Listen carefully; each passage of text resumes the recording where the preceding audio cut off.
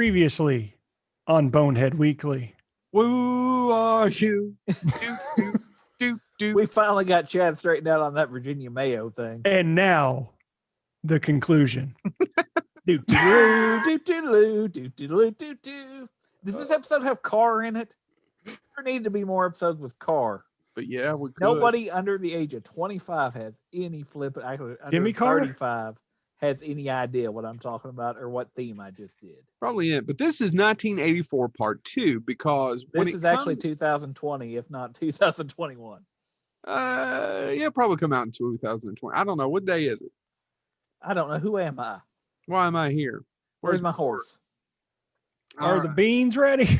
What time is it? Is Zorro on? It's a horse, of course. You know, that's the problem with modern television. Not enough songs about talking horses. Is it? Yeah. One of them. Well, speaking of think it's 84, one we are modern doing a song. Night Court reboot. Yeah, with who's left? John Larroquette. John Larroquette. I know John Larroquette, Marky Post, and Marsha Warfield, and everybody else is gone. Oh, no. Richard Mole's Charles, dead? I was going to say, don't you badmouth Richard Mole? Is I thought Richard Richard- Mole dead? I thought Richard Mole died. I I don't know. didn't think he did. I thought Did he was Harry in the Anderson movie. take him with him? Oh. Oh, he has Nope, to Richard make Mole the- is still alive. I thought so. He did a movie not too long ago. We should get him on Bonehead. And Charles God. Robinson is Charles Robinson is still alive and kicking. We should get him on Bonehead. There won't be any Mel Torme cameos, though. Did God, Harry I'd love to see him take him with get him? John Aston in a cameo, though. Did Harry Anderson take him with him? I don't think so. Harry was Anyway, were we talking about 1984 movies? when we left 1984 off? movies part 2, ladies and gentlemen. Man, that was a good first half, wasn't it? No, That that was was the that thing. was wicked That's- cool. Especially when we left off right at insert movie that we left off here. Yeah. We're taping this and where I don't know where I'm going to Transitions. cut it. Well, it's hard because And we I don't- we do really- any of the editing and To our listeners, we really don't know why these year reviews go so long, but they do. It blame James. But, you know, though, in all It didn't go fairness, as long as 1994. That was my about fault. 5 hours. That was my fault, people, and I No, nobody's apologize. blaming you. I mean, if the blame was to go, it would be you, but no one's blaming. I mean, now that you mention it, I kind of want to blame him. You know, by the way, the flip side I of had this to is- talk about Milk Boy. the flip side about this is that we wouldn't do this, except this is one of the rare topics that we get positive feedback on. So maybe if people who listen Personal to our feedback. show, Yeah, you're Yeah. right. James is right. People will reach out and say, I really like those. so They're if not our people would biggest numbers, reach out though. and tell us what they like. So far, the only thing we have to go on is viewer numbers, which means we need to do more private detective shows and these folks. So Private unless you Detectives want and car that- episodes, right? yeah, Mhm. yeah. So enjoy part 2 of 1984. And give us feedback if you don't enjoy it, because so help me, eventually we're going to get to 1991, and who wants that? I don't know what came out in 1991. Can we check that? Terminator. Who am I 2. talking to? Boss. We can check that out. I don't mind, James Thomas. There's not a real. He doesn't have a real assistant. He can't afford one of those. Would you like some toast too, Mr. James Thomas? You know, I No, do have that's not a very good assistant because he's not calling you Doctor DeVos. No, I I know. called you DeVos. I'm like, don't you badmouth me, and she ain't got a doctorate. Let's Mr. hit here, James Dr. Thomas. Biden. Please don't hit me with the chair. We out of strawberry preserve. All we got is the grape jelly. Is it sugar free? Is it the extra fiber stuff? I've got to stay regular. Anyway, watch this show or don't. I don't know. 1984 part 2. Now, by the way, June is Movies when don't lie. June is when everything goes sideways about how big certain films got. Yeah, So let's because just we're start- getting close to something. Let's Too start big June something. 1st, because I don't care who you are. There's a movie that came out in June that you like, if not love.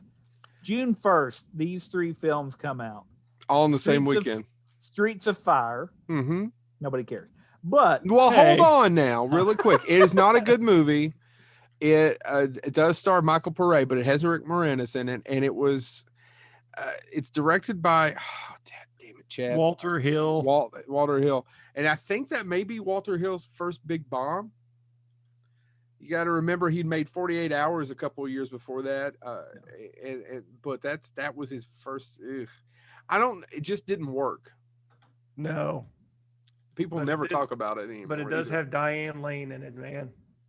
And but I think there's songs from it that people know that they don't remember the movie. It's kind of like Eddie and the Cruisers. Yeah. On the dark side. Oh, yeah. So Streets of Fire made 5,600,000. It was beat for second place of new movies that came out that weekend by Once Upon a Time in America. Which was heavily cut for America. Yeah. But all of them were overshadowed by them finding a dead guy in space. Star Trek III: The Search for Spock came out that weekend. Did that open big? It went on to make 87,000. So yeah, I mean compared Another to damn drama. You mean 87 million? yeah, I'm sorry, 87 million. Yeah. So So it did well. I mean, it was no Star Trek 4. no, That's the none one of with them the were. Yeah, that's the one with. By the way, were Streets just in every? Did they have to start releasing one movie every weekend with Street in the title starting in June of '84? Because June 8th is a big weekend for everybody in this podcast, and that's because Beat Street was released. I never heard of it. It's a drama made almost course it $17 is. million, but it opened up against two films. Again, the next highest grossing one. Only made $150 million. Jesus, how many Called- dancing movies were there in 1984 again? If it wasn't a drama, it was a dancing movie. Break-In, Footloose, Beat Street. Jesus. Well, See, well, Chad, it- the kids like the dancing. Yep. Yeah.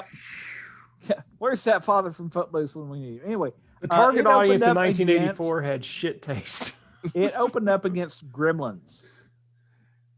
But Gremlins opened up Oh, yep, against I know. Ghostbusters. Ghostbusters, and Ghostbusters won. That's something funny that we forget, because Gremlins is still part of the. It's still relevant today, but everybody thinks, oh, Gremlins huge hit. It was a huge hit, but I don't think it ever actually got to number one because of Ghostbusters. Yeah. And you know, Um, and you know, here's the thing. I didn't realize, and this is just me being ignorant, shocker. I didn't realize Gremlins was a summer movie. I thought it seriously came out around Christmas. You would think it because it's a Christmas movie like Yeah. Die Hard, but Die Hard didn't come out around Christmas either. It came out in early fall. Man, I did not realize Gremlins was. I didn't know it came out at the same time as Ghostbusters. I can't believe I never knew this. I came out the same weekend. I figured this out a few years ago, and it always should, because I think as we go, and James, you can correct me as we get through that. I don't think Gremlins ever hits number one because of Ghostbusters. I don't think so either. I think. And the thing about Gremlins is it was a fairly decent budget film, but Gremlins 2, I think, cost 3 times the amount of money. And please correct me if I'm wrong on this, Chad. I think Gremlins 2 cost 3 times the amount of money that Gremlins did, I think you're and was absolutely right. released 6 years later Yeah, it up was against many Dick Tracy.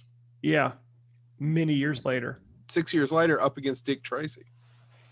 I don't know what they had against Gremlins.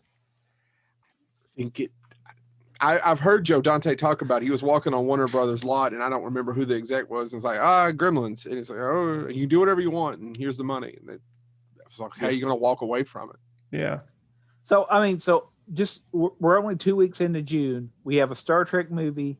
We have a Once Upon a Time in America. This is James one of your Cameron film. best, James. You would have, if you were old enough to go to the theater, you would not have left the theater one weekend. No, no, Ghostbusters, Gremlins, and One- then Yeah, Indiana Jones and Star Trek are all playing at the same time. yeah, you And jump Police forward- Academy.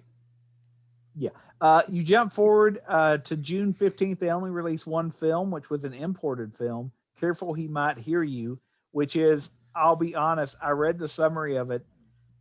His mother is dead. P.S. lives in Sydney with working class Aunt Lilla and Uncle George. When he's 6 or 8, his posh Aunt Vanessa descends from England and basically tries to force adoption on it. I don't understand By the how way- they didn't have a big release, Way Summer Works, that next weekend. Yeah. By the way, I'll Um, say this: the poster looks like that woman is beginning ready to make out with that boy. Yeah. Well, And that you just want to made go. me You just want to go nice. So June 22nd, there are, and again, some of these movies aren't huge hits, but they're all ingrained in my mind. Yeah. I'll start with the lowest earner first, A Breed Apart. I don't know much about it. It was a drama. But then you jump forward, the Pope of Greenwich Village, Yeah. Village came out that weekend drama. which I had never seen till the last year. And then 2 movies make $21 million this weekend, literally within $300,000 of each other. And both of them have odd places in pop culture for certain people. One of them is Top Secret. Yep. The other one is Rhinestone. Yep. Rhinestone made more. Well, in all fairness, it is Dolly Parton. That's true, but I feel like if you're a film person like us, you think of Rhinestone as being this huge flop, and it probably wasn't a big a flop as you would think it. No, it did. Yeah. I mean, No. it did not do Rocky numbers, but No. by the way, speaking of Rocky numbers, the number 1 movie this weekend is The Karate Kid. The number 1 release, No, I'm sorry, you're right. The number 1 new release, $90 because I'm now million. going along with you on the box office. Yeah, $90 million. Because those That top means- 3 films have looked the same for a month: Ghostbusters, Gremlins, and Indiana Jones. By the way, though, think about what we see now. Y'all were talking about. I mean, So Karate Kid didn't even put a dent in those 3, huh? no. Not the Wow. first weekend; it only opened up at number 5.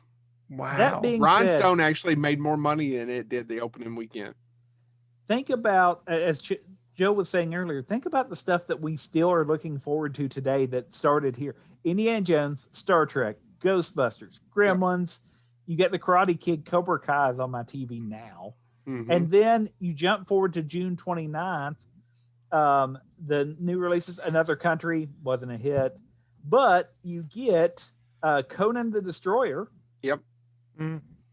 June 29th. You get, which was beat by Cannonball Run 2, which was beat by Bachelor Party. No, you got, well, according to this, Bachelor Party was number 6. Or you mean overall? Overall, You're by the overlooking time it they overall. end. Okay, yeah. That being said, Conan the Cannonball Run Destroyer- 2 actually knocked Conan Destroyer and Cannonball Run 2 both knocked Indiana Jones out. I'll go through the box office, but Ghostbusters and Gremlins are still Ghostbusters 1, Gremlins 2. We're 4 weeks Wow. into this, and there's only 10 million difference. Gremlins in all is fairness- only 70 million by this time, and Ghostbusters is 80. Yep. So far, wow. So every weekend now for 4 weeks, Ghostbusters is number 1 and Gremlins is number 2, with only $10 million separating them. I find that fascinating. Yeah, I'm bumfuzzled. So we jump forward. So we are now through June, and that was a huge June, obviously, that still resonates today. Yeah. But and my computer just froze on my screen. That's so I'm gonna- okay. Every time I go to the box office There we mojo, go. but there's not a lot of new stuff for what you're looking for, which makes no sense because that was right after the 4th of July weekend. I would say June 29th is the last one till July 9th. And July 9th, I think, was the middle of the week. They did do an international film release, and it went on to be pretty big in America. But it was a film that was released internationally in 1980. The Gods Must Be Crazy. So I don't understand, guys, how they did not have a movie come out the 4th of July, a big movie. It's not like they would have had. Okay, so for example, for our people listening, yes, Ghostbusters and Gremlins are killing during this time, but it's not like they would have said, "Oh my God, we've got a movie coming out the 4th of July weekend. Ghostbusters and Gremlins are killing. We got to pull it." That doesn't happen that way. It would have still came out. How did they not have a 4th of July big opening for '84? Do y'all find that odd? I think that's freaking weird. Because by that time, Jaws and Star Wars had came by and made the summer, summer films like they are now that you think of. And the 4th of July always has a huge film coming out, usually a couple. Yeah, I don't know. I mean, was there something? Yeah, I honestly, I don't know. That's so odd to me.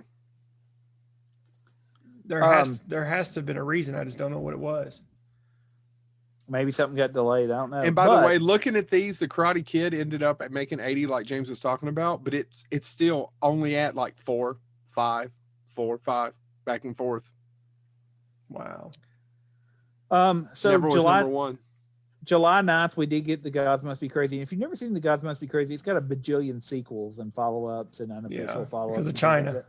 But it's a film from Africa, the original one was, and it's actually a comic allegory about a traveling bushman, a native, who is played by, and I'm sure I'm mispronouncing, it was the actor.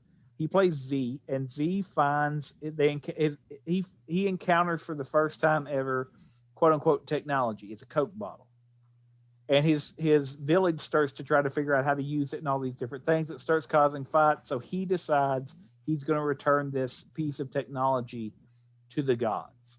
And along the way, you meet a school teacher assigned to a small village. You meet a despotic revolutionary and a clumsy biologist. It's a slapstick adventure comedy, but it is it was a big deal, and it was. I mean, it came to America, and in America, despite the fact it was made in 1980, when they released it in 1984, it made $34 million in America, which is why it's gotten so many sequels. I have no idea why.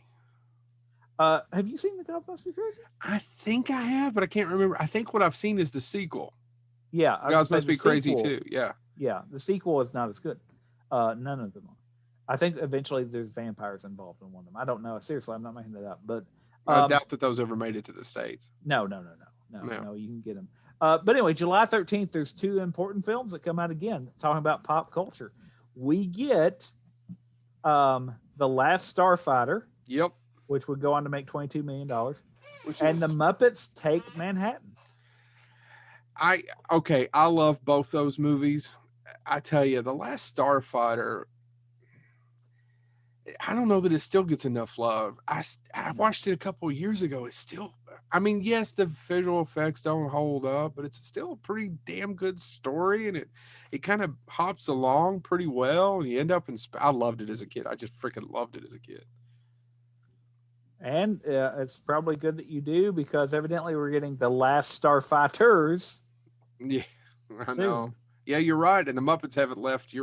And as you were talking about earlier, and Muppets Take Manhattan has one of the best delivery of one of the best lines ever. Can I get you anything? Yeah, the number to the Board of Health. So that's July 13th. We jump to July 20th, and this is when things start to slow down maybe a little bit, but not majorly so, because we get the following films. One Deadly Summer, another drama for Chad. That made $51,000. The Bostonians, which made $312,000. And then we jump to, let me make sure I do this in order, Electric Dreams, which was a comedy that made close to $2 million. Electric Dreams then leads us to Best Defense, which was another comedy. Which came in number 2 that weekend. It actually knocked Gremlins down. And if you're not familiar with it, there's a reason. It was directed by Willard Huyck. I can't say his name correctly. He would go on to make your favorite film, Chad, based on a duck. Oh, really? Howard the Duck. That's Duck, right.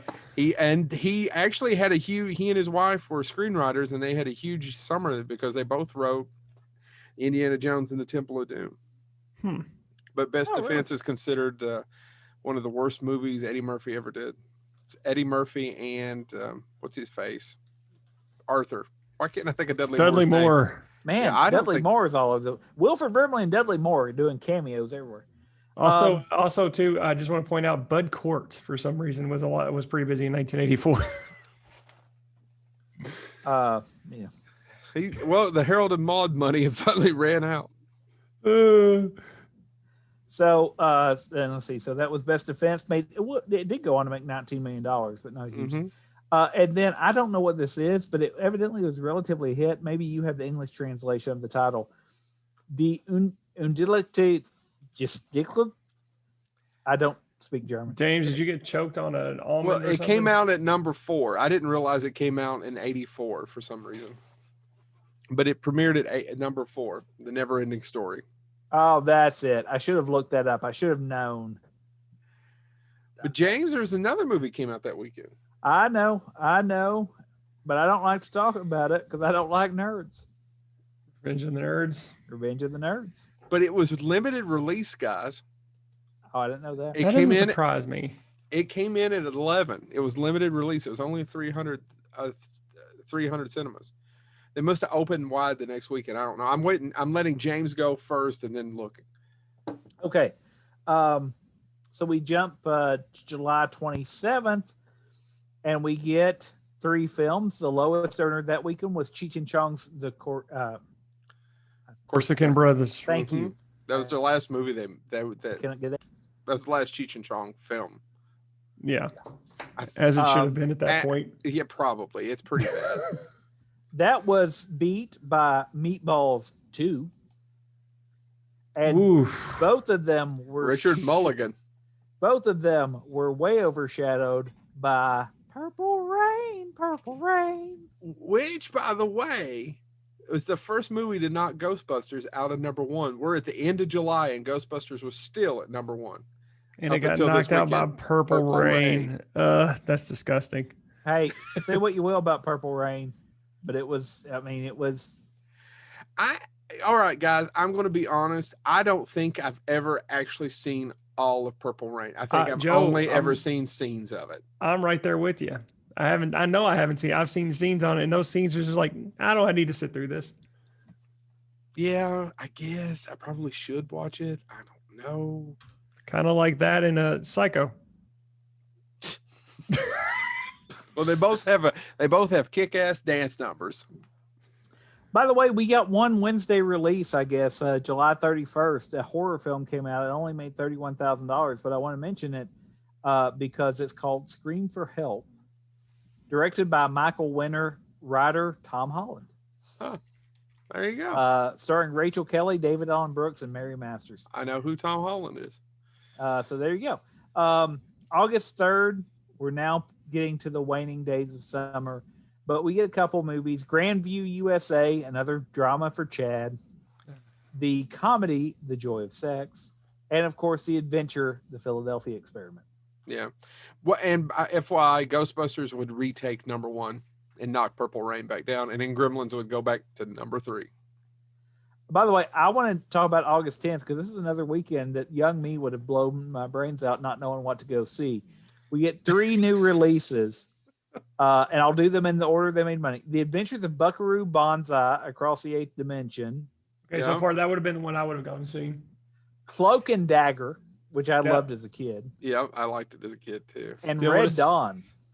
Yeah, no, I would have gone and seen Buckaroo. Well, now I'm just- Buckaroo, you may have had a hard time, Chad, because it's It limited was release. limited release. Yep. Only in a couple hundred cinemas at 16. Cloak and Dagger was at 7, but Red Dawn knocked Ghostbusters back out of number 1. It opened up number 1 that weekend. And again, I'm just going to state, not a fan of Red Dawn. I'm not either. I think it's overrated. It's overrated. It's boring. It's bullshit propaganda. Sorry, And I've You never prefer seen the Cloak and remake, Dagger. don't you? No, I've never seen the remake. I don't know. I don't need to see the remake. I've never seen the remake either. I don't need to. What's oh, Joe, help me. Red Dawn. Yeah. No, Milius. yeah, it's probably his least interesting film. Yes, John Milius's least favorite film. Yeah, I like the Least idea interesting. of it. I like the idea of it. I just don't know that it's the kid. There's not a lot of good performances in that movie. No, I know there's a lot of good actors in that movie, but I don't know. It's a little bit and yay and cheer and This may be the longest stretch I've ever done in terms of this ongoing gag. I prefer Toy Soldiers. Toy Soldiers is probably more fun. Yeah. But no. But let no, me be it does have a huge. There's a lot of people still love that movie. So Let me be And, even worse than and they're all You know what's Republicans. better than Toy Yeah, they Soldiers, probably are. Chad? What? You ever see Masterminds with Patrick Stewart? No, I I have have not not. seen it. I know Oh, what you you're totally talking need to watch Masterminds with Patrick Stewart. Not because it's great, but you can honestly tell Patrick Stewart is having so much fun getting to play the villain. And we all know what's better than all these movies we have mentioned. The Taking of Beverly Hills. Hills.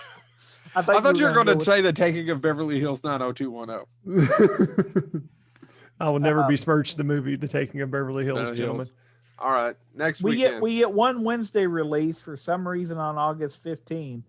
I'm just getting mad thinking about Red Dawn and how much I don't care for it. And don't know I want to why. mention it don't because know it does star somebody that I do admire his work. He stars in it, but he also directed it. And again, Charles Grodin pops up. Gene Wilder's The Woman in Red premiered on a Wednesday. That's not a good movie either. No. But it also stars Joseph Bologna. Yeah, he's obsessed with a woman in red, and he wants to Yeah. have sex with her. That's the plot of the movie. I think is that Gilda Radner's last film. She has she has a supporting role in imagine that, so, and yeah. I think that may be her last movie. think so. Yeah. Well, maybe Haunted Honeymoon. I don't remember. I don't thought know Haunted what all the- Honeymoon was. I'm checking it out now, Yeah, guys. that's okay. Haunted. It was actually Haunted Honeymoon was her. She had an appearance in the Gary Shandling show in 1988. But yeah, Haunted Honeymoon was her last film. Mm. Movers and Shakers, and then The Woman in Red. Okay. So Who was the we get woman in Who was the woman in Red? Kelly LeBrock, wasn't it? Kelly LeBrock. yeah. LeBrock. Yeah. So we get to August 17th. 4 movies came out that weekend. The one that was the absolute failure was called Old Enough. Never heard. 12-year-old well-bred Lonnie meets the impudent Karen on the street. They spend some time together, and Karen teaches Lonnie some of her favorite pastimes like makeup and shoplifting. Pass. Real coming of age stuff. Did not make much money. That being said, so we go from Old Enough, another one of those dramas that Chad loved so much, to Sheena, the adventure film. I can barely remember it. Made $5 million in its entire run, but making $12 million, we get Dreamscape. So Dreamscape is a movie. I actually have it on DVD over here. It's stupid, but it has some great imagery in it, and I liked it a lot as a kid. And I watched it a few years ago. It's still stupid, but it still has some great imagery in it. There's a snake Dreamscape. man. Dreamscape. Yeah. Okay, just making the- sure. The, It has a cool movie poster. that would win the weekend, as far as the new release. I'll let you say what was actually still number one. It was number one. But if you've ever said, "I wish that Dirty Harry movie would get in, it would get into it with a Death Wish," well, good news. Clint Eastwood's going to make that. He's going to call it Tightrope. I've never seen it. Go on to make $48 million. If you've never seen it, it's not. I mean, do you like Clint Eastwood movies? I just finally watched The Mule this week. I haven't seen it yet. That's one I It's do. it's need pretty to good. watch. But he's a single dad in New Orleans, and he's a cop, spoiler, and a serial killer and rapist, one person. He goes after them, but when he gets really close to the target turns on him and starts hunting him. That's why it's called Tightrope. There you go. That's what the movie's about. Now, that's what's a big hit for that weekend. The next weekend, August 24th, there's a drama, Chad, called Cal. I don't know what it's about. I didn't bother to look it up. The comedy Oxford Blues. And that's it for August 24th. Yeah, Tightrope is still number one, and Ghostbusters is still number two. August 29th, which is a Wednesday, we get 2 films. Choose Me, which was a comedy that only made about $2,500,000 during its entire run. An international film, Les Nuits de la Plaine de Lune. I don't know. August 31st, though, is another important date for all the times we reference a movie that came out this weekend. There's a drama that came out called Bolero, which was the one that made the most of the new releases, went on to make $9 million. And there's Flashpoint, which was an action film. But most important to us, Chud. Chud would go on to make $4,700,000, but we referenced Chud enough on this show. We should probably give it. Chud made that much money. Wow. What had a sequel? Yeah, Chud 2, Bud the Chud. Chud. I didn't realize it was made by New World Pictures. Me neither. Wow. So I just wanted to make sure we got credit, for Chud there. Yeah. Now, was that John Goodman and Daniel Stern's acting debut, or was it? Well, John Goodman, there would have been 2 movies that came out that he was in that summer. One was Revenge of the Nerds, which he had a huge role in, and then a very small role in Chud. Does that sound right? Yep. That's right. That sounds right. So we are now. Well, hold on, my thing's not loading. And by the way, Tightrope is still number 1. And Ghostbusters is still number 2. I'm gonna have to refresh my page. It's not gonna pop back up with my list. John Goodman had 5 movies before he did Revenge of the Nerds and Chud. I am looking up Daniel Stern because I want to say it was Daniel Stern's. That was probably Daniel Stern's first big role, because John No, Goodman's only in that in the end, right? Daniel Stern had been acting since 1979. So no, that is not anywhere near his. So wow, First big role. he was in Blue Thunder. Oh, that's right. He is. He's Roy Scheider's partner that gets killed midway through. Mm-hmm. Yeah. So we're to September. We're through the summer now. Things are going to slow down a little bit here. We get 2 interesting films released on September 7th. Are they dramas? No, there's a comedy and an action. The one that makes the least is the action film. That would be The Warrior and the Sorceress. And if you look at the poster, it is not what the movie looks like, but directed by Johnson C. Broderick, also based on a screenplay by Johnson C. Broderick, starring David Carradine and Lucas Q and Maria Sorkis. It is about How a could warrior- somebody draw David Carradine looking like Hulk Hogan? Now, in all fairness, they do the Because same with he Bruce does Campbell. look like him. They do the same with Bruce Campbell for Army of Darkness. Oh posters, yeah, so. it's right here next to me, and his pecs and abs do not look The like one poster I don't own. But the other one that came out is that. Oh one no, that there's some tons people- of posters you Well, don't know. I was waiting on one of you son of a bitches to do it. There's one. Tons. There's one movie that comes out this weekend though that some people do have a soft spot for in their heart. The Brother from Another Planet. John Oh. Sayles, written, directed, starring Yeah. Joe Morton. So, Brother from Another Planet. There you go. That was a comment. We jumped to September 14th. Now, again, if I'm going too fast and you don't get to jot down all these dramas, Chad, you just yell. I'll gee. keep going. Let's speed it up. There is uh, one that comes out this weekend I like though. Un Amour de Swan, The Love of Swan. It's a drama that came out that was the lowest earner. Then we get to Exterminator 2, the action film. Don't think Ninja 3, The Yeah, Domination. they're both and of from course- Canon, Yeah. And the final one, the drama A Soldier Story. which is a really good movie that I also don't think people talk about anymore. Have you We guys get- ever seen it? I No. don't know. It's about an African American platoon, and the sergeant gets murdered, and the guy that was in The Heat of the Night, the TV show, Chad. Howard Rollins. Yeah, he is the investigator who's sent in to figure out why he was murdered, and it's based on a famous play. It's got Denzel Washington in it. By the It's- way, no idea how I pulled Howard Rollins out of my. I damn don't know hat. how you pulled that one out either. It's a Damn. really good movie, though. I'm pulling it up now. Poster's not very intriguing. No, to me. no. It's directed by, I can't think of his name, the same guy that directed In the Heat of the Night. Norman Jewison. Yeah, Norman Jewison. It's a really good movie. It's based on a famous play. Wow. We get one Wednesday release after this week, which is of no account, something called Amadeus. Came out September 19th. I heard he rocked him. Yeah. I think Good night, that's the story of everybody. Falco. Did you say He did too. Falcor? He No, did too. Falco. Rock me Amadeus. September 21st, there's a slew of movies released, none of which are of any major account, though I do have a few in my place in my soft spot in my heart for a couple of them. But again, I'll start with the there's an action film called I'll start with the drama for Chad, Windy City. That only made $343,000. The River Rat was an action film that made $790,000. That is not an action film. Have you guys ever seen that? no, I No. haven't. Have you seen ever it. even heard of it? It stars Tommy Lee Jones.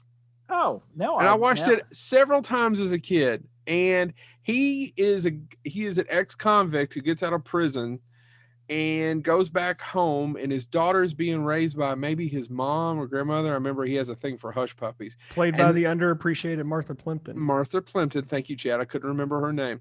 And they're fixing a boat, and there's some sort of something that happens. But I feel like I'm the only person that's ever seen this damn movie. I have not. So yeah, you're. I wouldn't Yep. even know where to find it. But I probably watched it a half a dozen times as a kid. And Tommy Lee Jones, you say? Tommy Lee Jones stars in it. Yeah, absolutely. So Go ahead. There's a couple other big ones this weekend. yeah, there's the next one in order of how much they made their entire run is until September. I don't know why I said until September. If you've never heard of Until September, there's a reason for that. Stars Karen Allen. Never heard of it. That's who it stars. That's it. She's a salt of the earth Missouri woman on vacation in Paris. Until September. Just keep going. I'm not making that up. That's what it's about. I know. The I Evil believe you. That Men Do is the action film that comes out. I never heard of that one either. I just looked it up. It's Charles Bronson.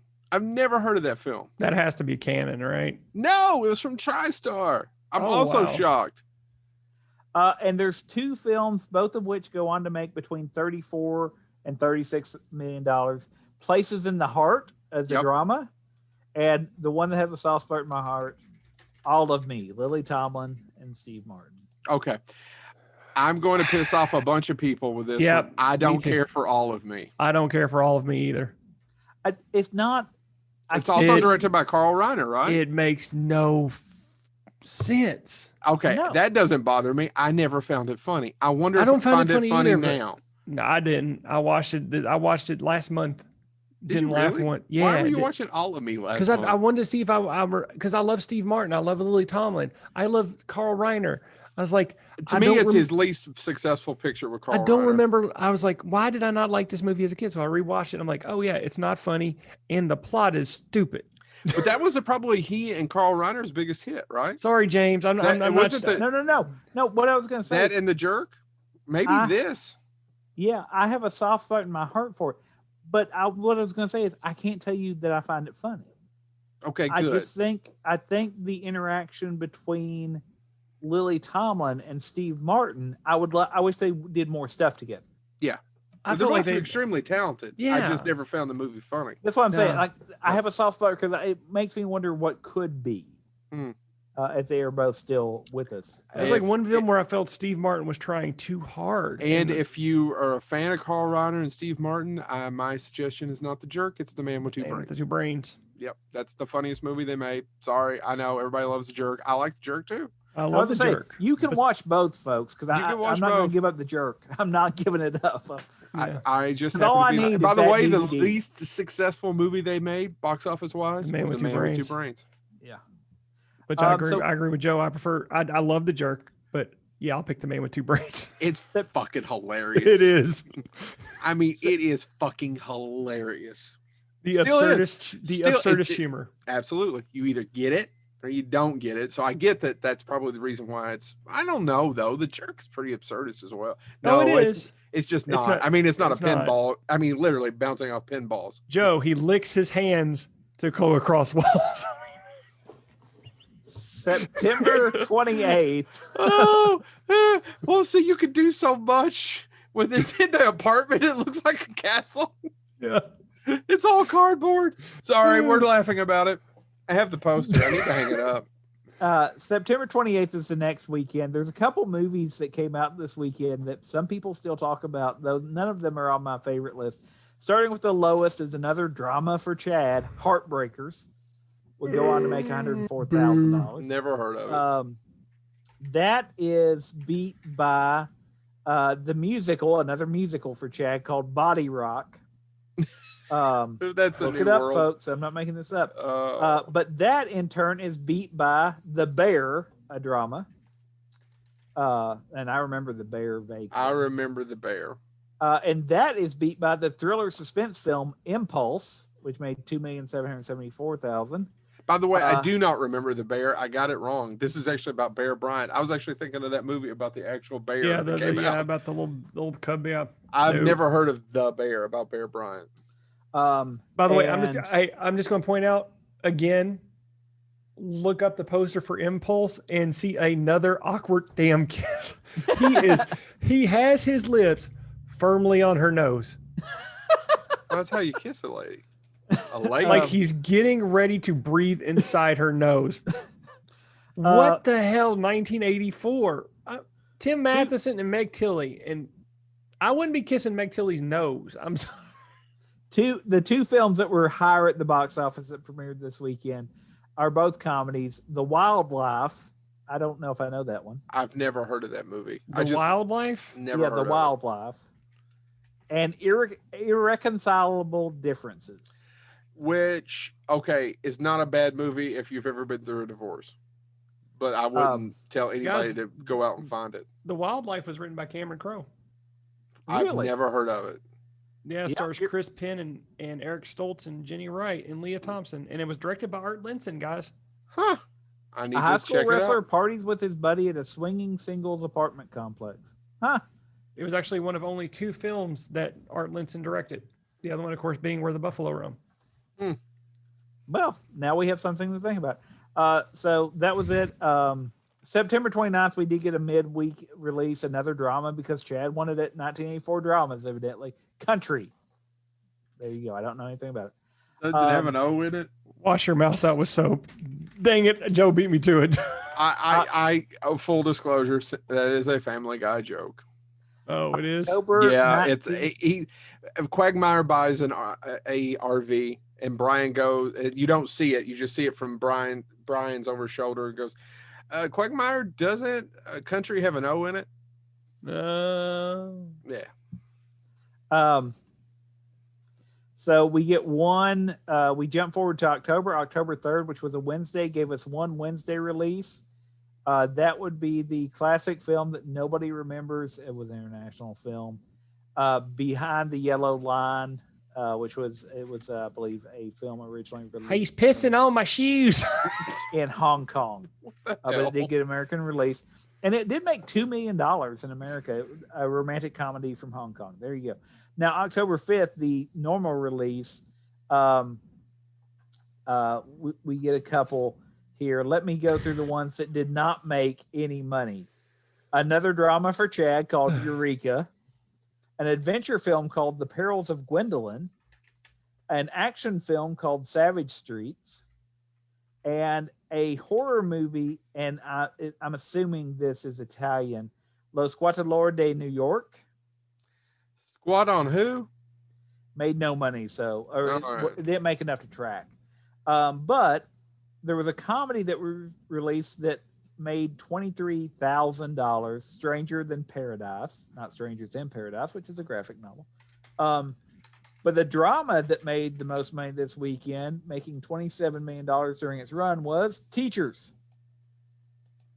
Teachers is a comedy to me. Well, evidently. Have you guys ever seen it?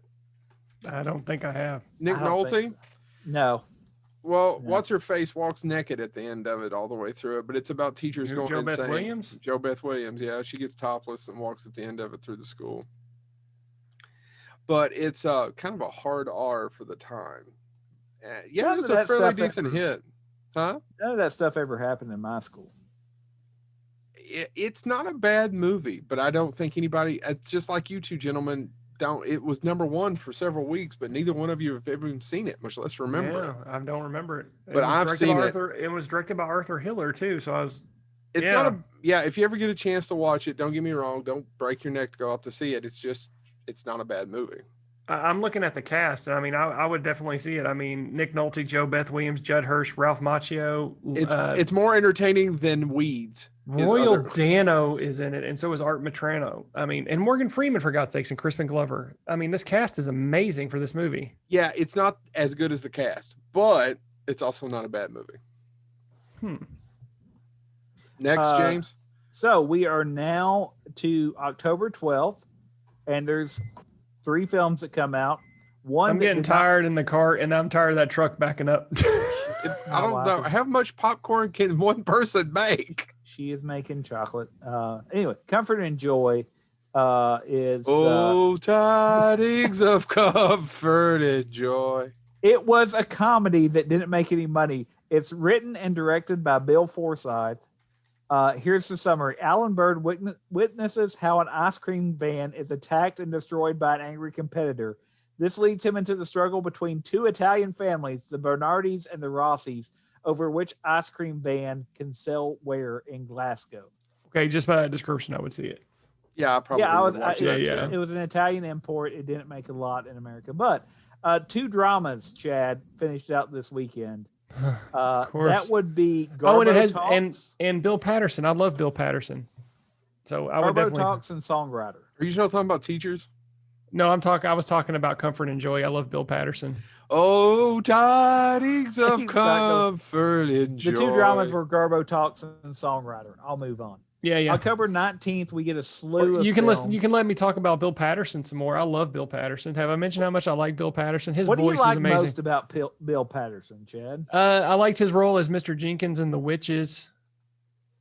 And he does a lot of voice work. I'm trying to quickly talk about his voice work, and I can't find out what his voice work was. son of a That's bitch. okay. While you were looking at Bill Patterson's voice work, why don't you tell us about October 19th, James? Or is that where October you're at? 19th is interesting because it does have a couple notable things that happened that weekend. There's a drama release, Chad. I know there's not been a lot of those this year, called Best Revenge. It does not make any money. No. It makes so little it's not tracked. But the other ones that come out do make a little bit. Crimes of Passion is a thriller suspense film that will go on to make almost $3 million at the box office. There's another thriller suspense film with called The Little Drummer Girl. Joe, would you like to sing that Christmas carol while you're doing Tidings of Comfort and Joy? Oh, tidings of comfort. I don't know, Little Drummer Girl. The Crimes of Razor's Passion was directed by Edge- Ken Russell. The Razor Edge is a It's made by drama New that's World. released. Yeah. Well, The Razor's Edge is Bill Murray's movie. Yes. That's what And he got. also, He got to do The Razor's Edge because of Ghostbusters. yeah, Yeah. that was the whole reason he did Ghostbusters. Mm-hmm. It And does Little not Drummer make Girl should be Ghostbusters mentioned money. because and Little Drummer Girl should be mentioned because it was directed by George Roy Hill. So But the big deal that have came out never this heard of it. weekend, it doesn't make the most money, but I think it's important, is the concert performance film by the Talking Heads Stop Making Sense. Well, that's the only Yeah. thing that come out this weekend that people still talk about or remember. yeah. Directed by Demi. Mhm. Jonathan Jonathan Is- Demme. so personal story of Chad Jennings of how I got introduced to that documentary, The Talking Heads. Same as it 19 ever was. July, same as it ever was. July 31st, 1991. I'm sorry, It was a July. Tuesday. The wind was blowing westward. Wait, let me correct myself, and I don't even know why I said those time frames. December 31st, 1999 is what I was trying to say. Sitting in my friend's house, drinking way too much vodka, watching that, and then proceeding not to see the change to the new Century, Century, because I was vomiting in his toilet. Well, that's good. Same as it ever was. Oh my god! I The can't number talk. one movie, the movie that will go on to make the most money, though, is Thief of Hearts, which is a drama. I've never heard of it. Neither have I. I haven't either. If anybody wants to check who's in it, but I'll move on. Not particularly. Go ahead. October 26th. We're getting near the end, folks. Here we go. Another slew of films, some of which are important because they were remade as dramas later on. Key note here is the documentary is released. There's two documentaries released, one called Streetwise. Yeah.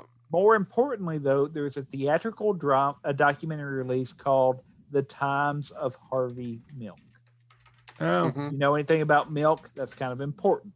yes. Yep. It does a now- body good. I can't help it. I'm so sorry. Oh, tidings of comfort. Now, and let joy. me run through this pretty quickly.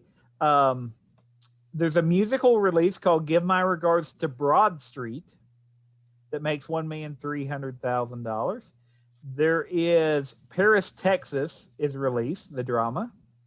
That is American Dreamer, the romantic comedy. Can I talk a little bit about Paris, Texas? Yeah. That is what is his name? He's Harry German. Dean Stanton. Yeah, Oh, no, Wim the guy that Wenders. directed Wim Wenders. That's a fantastic movie. If you ever get a chance to, it's Never heard of it.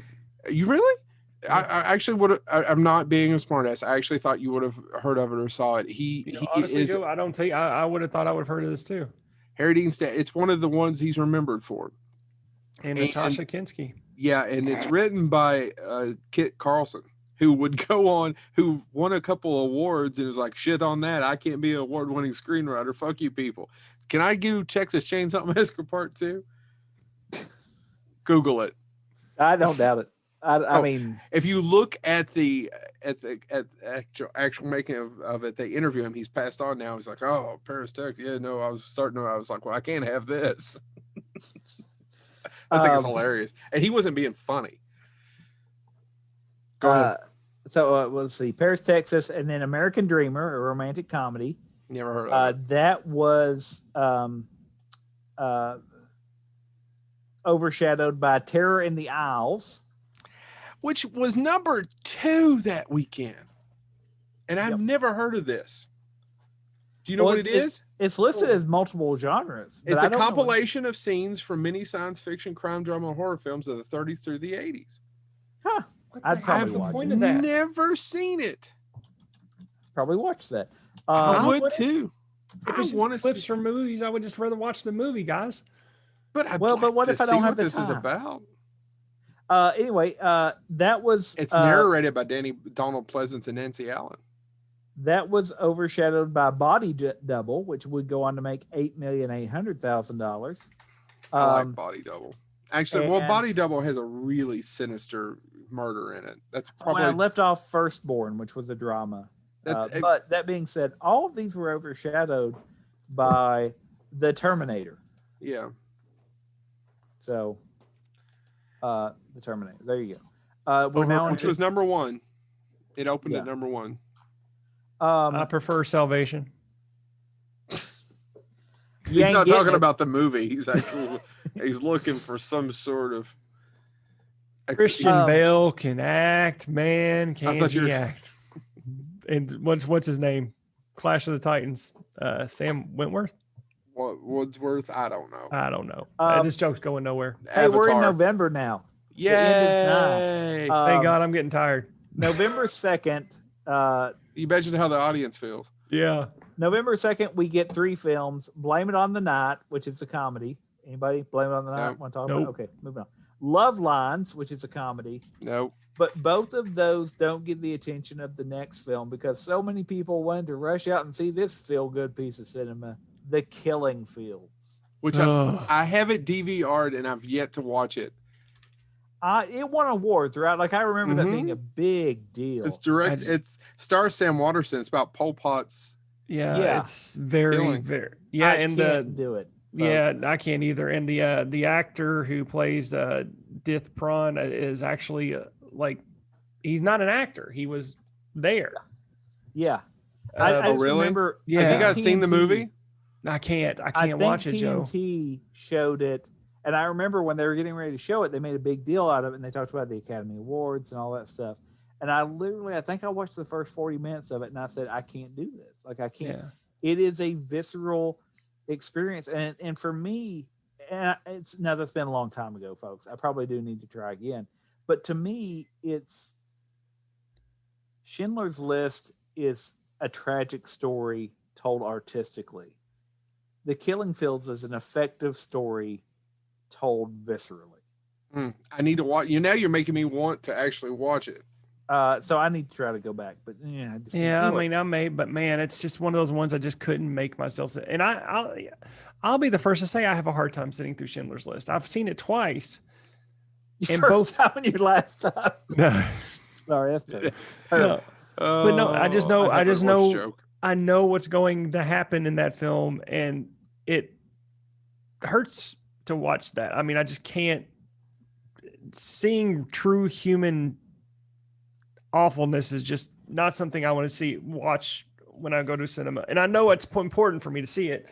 It's just I have to be in that a specific mindset in order to sit down. Well, and, this will make you feel better. yeah, Okay. Speaking of pure human awfulness. Okay. yeah.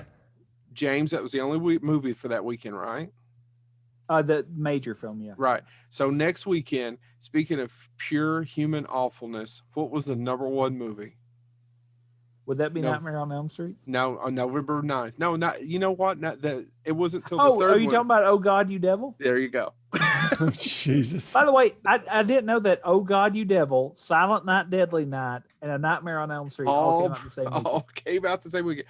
And here's another funny thing that Along with No Small Affair that nobody remembers. But I want people to know, because you think of Nightmare on Elm Street, and it's obviously it's the house. New Line is the house that Freddie built, and those movies were successful, but they were successful over limited release. The first two, it wasn't until the third one that we started looking at premiering at number one.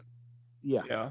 I don't think I was looking at something the other day when you brought up 84 and it led me to something. I was looking at 85 and Back to the Future and something else. Nightmare on Elm Street 2 never was much more than number 8 or 9. And then they re-released it in the spring of 86 or in January and February, where it made more money. So these movies weren't huge hits till the third. Well, they weren't number one box office premieres, So, like we remember. Oh God, You Devil. Yeah. Okay. When I was a kid, I loved George Burns. I did. Is he one of those most like overrated comedians ever? Because I don't find anything he does funny. Well, yeah, probably. Okay, because Let's see who else is really overrated. Milton Berle. Milton Berle stole a lot, though, right? Yeah, Milton Berle was notorious for stealing. Who's Jim Gaffigan? Here, let me piss up. Why do you hate Jim Gaffigan? I don't hate him. I don't necessarily find him all that funny. I will say he's America's Dave Coulier. I have laughed at. So I'm going to agree with Jim Joe on some aspects of Jim Gaffigan, especially when he goes, "Why would you do?" When he does He that. does the same shit every 10 minutes. It gets annoying. But that being said, there are parts where I will laugh at Jim Gaffigan. I can't think of one thing I've ever laughed at it, but George Burns has done. I do not, before someone sends me hate mail, hate Jim Gaffigan. I just don't think he's all that funny. No. He's funny in parts. I mean, he performed with the Pope, but no, you're good, Jim. Yeah. Some, invisible deity told this guy that he should be the dude, and everybody agreed. George Burns is the Dane Cook of that. Dane Cook would probably. I probably am getting, because I'm going to have people later say I hate Jim Gaffigan. It's not true. I think Jim Gaffigan can be funny. I just don't know that he's as funny as the people say he is. He's not Dane Cook. So Chad's right about that. Yeah. Dane Cook probably more accurate. But I still say Jim Gaffigan's overrated. Keep going. All right. So Joe hates Jim Gaffigan. We got it. Can the title of this episode be 1984? Joe hates Jim Gaffigan. Jim Gaffigan. only I'm making another joke about being a dad and fat and I eat too much. Is that pretty accurate? Yeah, I think that's pretty spot on. That resonates with me, Joe. Well, I get it too. I'm a dad. I've ate too much. I was eating too much before I had the little bastard. So keep going, Jay. Much more than much more than the jokes about doing cocaine and whatnot. November 16th, there's a slew of films that come out. All dramas. And I want to talk about 3 films that made no money or made so little they didn't track them. Oh, okay. But you did talk about Nightmare on Elm Street, and okay. Yeah. And Silent Night, Deadly Night. Really quick, you all, can I say, that was a huge, everybody was pissed about Silent Night, Deadly Night. When they made Santa Claus a villain, and we probably don't think about it now, but that was a controversial film at the time. I'll shut up now. No, the other thing you got to think about, guys, they made Santa Claus the villain. We are in the height of the satanic panic. I guess you're right. I guess you're absolutely right, Chad. But they were mothers on the street boycotting and picketing this movie. I mean, Santa Claus is a murdering psychopath. Yep. And Dungeons and Dragons was almost outlawed. I mean, you can kind of see. It really was. Where this is going. Yep. Oh yeah. People are playing D&D and they're going to kill their mothers. You got to think about the time frame and why Silent Night, Deadly Night was. Yeah. So I know what you're thinking. October 26th gave us the Terminator.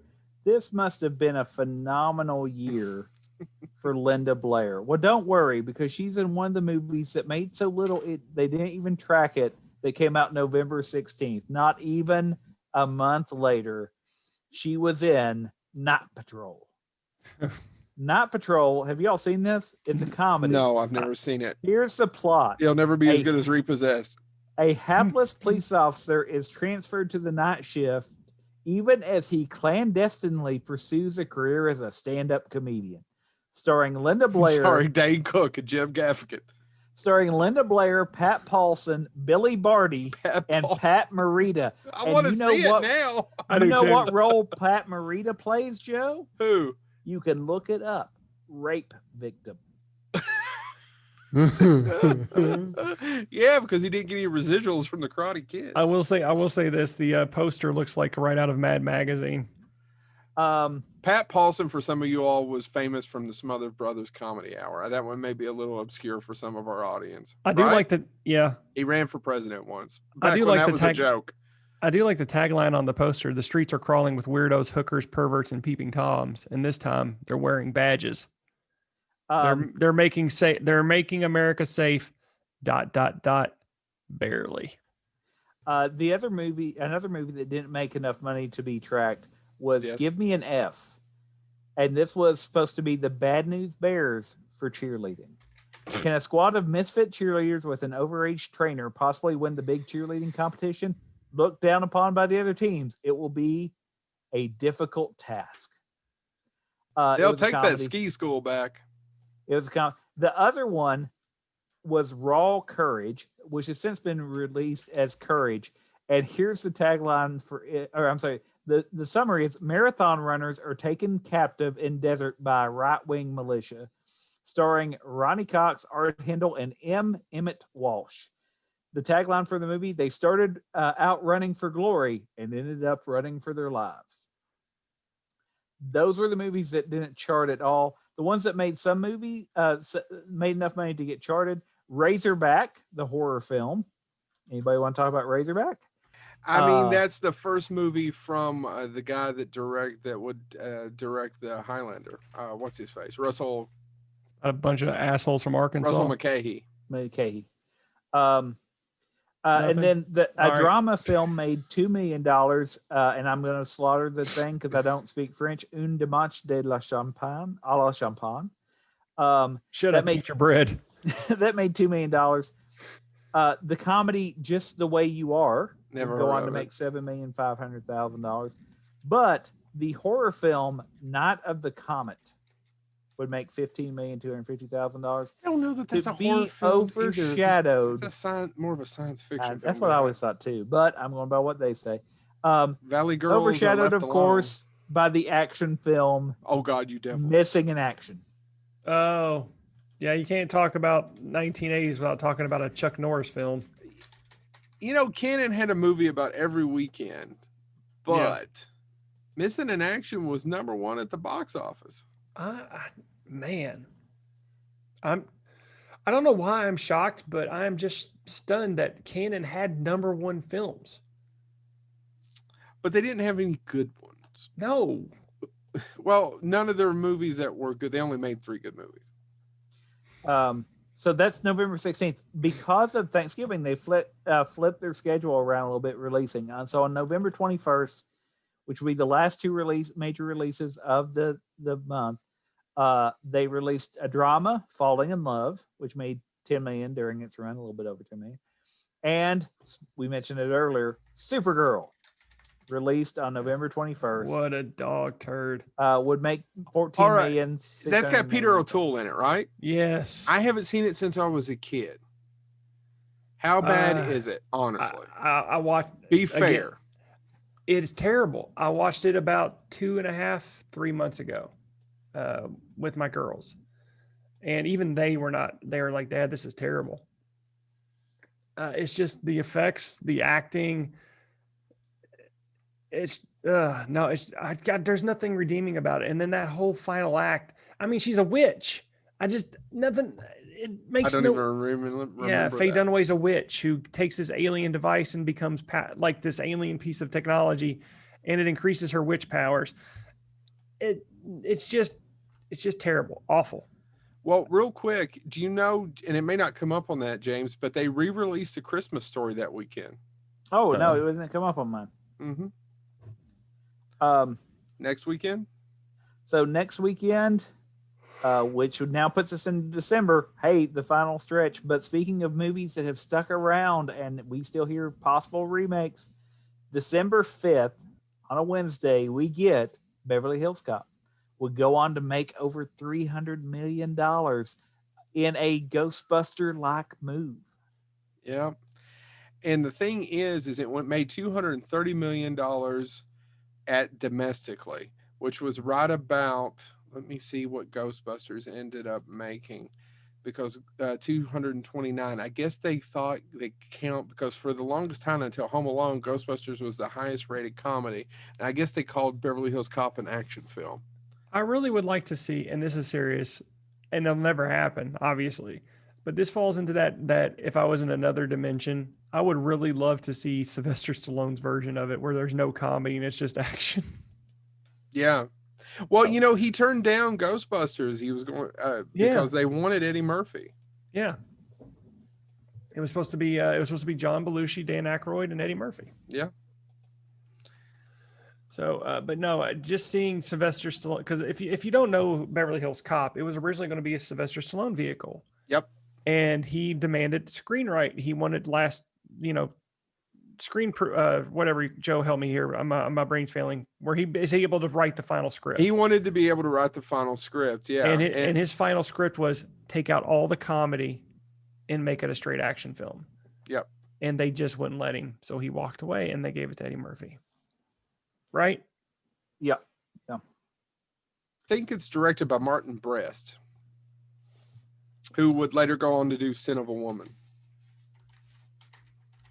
And that Gigi or Giggly or Giggly or Geely. Yeah. So right. that was a Wednesday release. December 7th, we get The Initiation, the horror film. Didn't make a lot of money. We also get one that went go on to make $38 million, and I just have to bring it up. City Heat.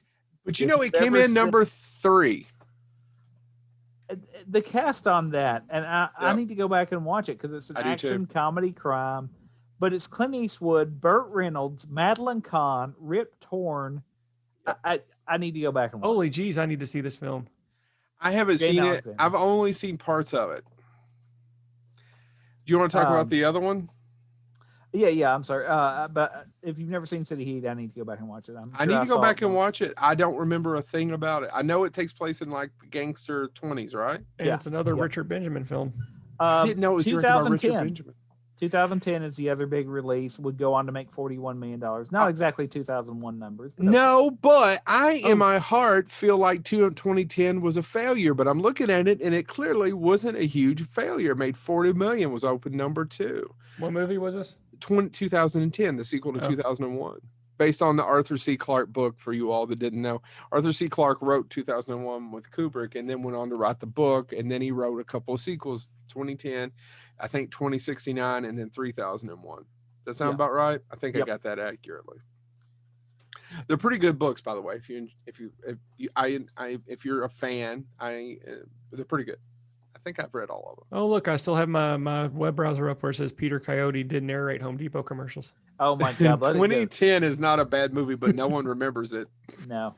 Roy Scheider was the hero. So December 14th is a big one for other reasons. And we get 1984 is released this weekend with John Hurt. If you've never seen it, you should watch it. You also get The Cotton Club, which will go on to make $25 million. You get Mass Appeal, A Passage to India, Runaway, and which I made a joke about earlier. It was like Runaway was this. Is this the Tom Selleck one? Yeah, I loved that movie as a kid, but it was not a big hit. Yeah, no, I did as well. Tom Selleck chasing with Kirstie Alley, if I'm not mistaken. Kirstie Alley, and it's directed by what's the writer you love, Chad? Michael Crichton. Yeah, Michael Crichton directed. Yeah, I love that movie as a kid. I didn't know these two movies came out the same weekend. And the fact that which one of them actually went on to gross the most, because Passage to India made $27 million over its entire run, but which I've never seen. Dune would go on to make $27,500,000 about over its entire run. And so Dune, Frank Herbert, the attempt to adapt it. We could talk about Jodorowsky's Dune. And, we could do a whole episode that now being with what's said, going to happen with Warner Brothers. I didn't know Starman over its run made more. Starman, according to my chart, made $28,700,000. $28 million, yeah. Jeff Bridges was nominated for Best Actor, and I think maybe Karen Allen was nominated too. December 17th. It did not open huge. It opened at number 6, but it must have just stuck around. December 17th, we get The River, kind of a midweek release. December 19th, we started breaking. Hey, let's end the year breaking. We get Breaking 2, Electric Boogaloo. I didn't know they came out in the same year. I didn't either. That was the most shocking thing I saw when I looked up this information. By the way, we've got to talk to $15 million. Nick about that. $15 million. So Breaking comes out and made how much? I mean, I just want to know. Did It made a lot of money. They had to not have planned that, right? Breakin' came out and they said, "Oh crap, they made a lot of Had money. to shoot it. Yeah, Speed yeah, yeah. rush this out." Because I think there actually was in the documentary about how they sped through that, and it's not. Well, I mean, we did get that great story out of Mick that involved moving. And say in May, Breakin' came out and made $36 million. By December, they have Breakin' 2 out and it makes 50. I thought there was a Canon films. According to Box Office Mojo, they were made for TriStar. Oh, I thought they were canon. I think they're canon. I don't think this they're is in the right. canon documentary. I don't think this is correct at all. They have the other canon ones here, like Missing in Action, but I don't think this is correct at all. Yeah, I don't think that's correct. But anyway, Breakin' 2 rushed out December 19th and makes $15 million. And if I've learned anything, the movies don't lie to me, Joe. Hence why I had to watch the Glenn Miller biopic in 7th grade music class. Oh my God. On VHS because I'm old. Let it go, Chad. Let it go. Goddamn whippersnappers. So Peter Coyote did Home Depot commercial. Shit. December 21st, Birdie comes out, is the lowest earner, it's a drama, Chad. As it should be. Lowest earner. But I got a bird to 1984 dramas. And let me do these in order. Johnny Dangerously, there's 4 comedies that come out with it. Johnny Dangerously. The sneaky baby. That's one that people remember that I like, but I'm going to shit on. It's not as good as people think it is. No, it is not. You hush your mouth. It's got Weird Al on the soundtrack. That's all that matters. $17 million, a little bit over. However, it is beat by The Flamingo Kid. Oh my God. Anybody want to talk about The Flamingo Kid? Because I don't remember it. I barely remember it. And 2 movies are within $100,000 of each other. One of them is Mickey and Maude. By the way, if you said, can we squeeze in one more Dudley Moore movie? Yes, we can. Mickey and Maude. A bigamist must keep his wives from meeting each other, which becomes tricky when they're both pregnant. Anybody remember Mickey and Maude? Well, it would be tricky. It stars Dudley Moore and Richard Mulligan. And Wallace Shawn. Wallace Shawn pops up again. I'm sorry. I like Richard Mulligan, but I know. But the other big comedy that actually makes more and technically earns the most out of the movie's release is By the way, Protocol. I just want to say that Mickey and Maude, James left bury the lead on that, directed by Blake Edwards. Oh, okay. Yeah. And by the way, the other movie that with Burt Reynolds and Clint Eastwood, City Heat, written by Blake Edwards. I did not know that. You know what? That probably makes a little sense. I wonder if he was originally going to direct it. Buck Henry and Charles Shire. Buck Henry did this. The thing Protocol was the movie that made the most that weekend in its run. With that Goldie would be Hawn? Goldie Hawn, Chris Sarandon, et cetera, and Ed Begley Jr. of course. Now that being said, so that was December 21st. We get one more after Christmas release. It's a drama, Chad, called Mrs. Soffel. However, I want to bring up one movie that was technically released in December of 1984, but the chart I have can't tell me when it was released in 1984 in December. But I've got to bring it up because now I need to see this movie. Frankenstein's Great Aunt Tilly. A comedy a comedy horror sci-fi film about the descendants of Baron Frankenstein returning to the family castle to search for the family fortune that is supposed to be hidden there. Written and directed by Myron J. Gold, starring Donald Pleasance, June Wilkinson, Aldo Ray, Edgar Vivar, a couple other people. But I literally was sitting there, wait, Donald Pleasance in a comedy with Aldo Ray? I need to see this film. So it, by the way, did not make enough money to chart, which is why they don't know exactly when it was released or if it was released as part of a traveling show. It's got a 2.5 out of 10. Aldo Ray was a famous in the 50s actor, correct? Yeah. Tarantino has talked about him before, and I'm trying to think of a movie that he's in, and I'm apologizing to everyone, but I'm having a tough time trying to remember. He was in The Secret of NIMH. We're No Angels. The day they robbed the bank in England. Oh, and Mm. Zsa Zsa Gabor is in it as well, I should say. But it was filmed in UK, in the Mexico, and the USA. So it was In the released Mexico. in the Mexico, and it was filmed in both black and white and color with a mono sound mix. So you know it's got to be great, Joe. Yeah. Even like Frankenstein's Great Aunt Tilly, and if you look at the poster, that is just finery. But that's it. That's 1984. But again, as we talked about, Beverly Hills Cop, Gremlins, Karate Kid, Ghostbusters, Dudley Moore in every fourth movie. I mean, what more could you want from? Yeah, from it is a year little cinema? odd that there was that many Dudley Moore films. I was watching a documentary for, if most of you don't know, he was famous. He did a comedy with Peter Cook, and Peter Cook talking, not begrudgingly, but a little bit of, well, he went to Hollywood, worked really hard, became because I don't think people remember Dudley Moore being a star, but he was. Yeah. Oh, I mean, and I can remember Arthur was a huge film. 10 was a huge film. Blake Edwards. It was a huge Blake Edwards film. Yeah, well, and I mean, it was, and as quote unquote as recently as a critic, the TV show. Yeah. I mean, they make fun of Dudley Moore all the time for being a drunk. Mm-hmm. Yeah, it was part of the pop culture, Well, 1984, gentlemen, it gave us Ghostbusters or Gremlins. I don't remember anything else. It gave us a lot of crap too, as we showed. I mean, It did give us a lot of crap, but I tell you, there's some of those movies on there, like The Never-Ending Story and The Last Starfighter, that are very much part of my heart. Yeah. I haven't watched The Last Starfighter in a long time. I wonder if my kid would get bored with it. That may be something I can actually show him. Yeah. Yeah. All right.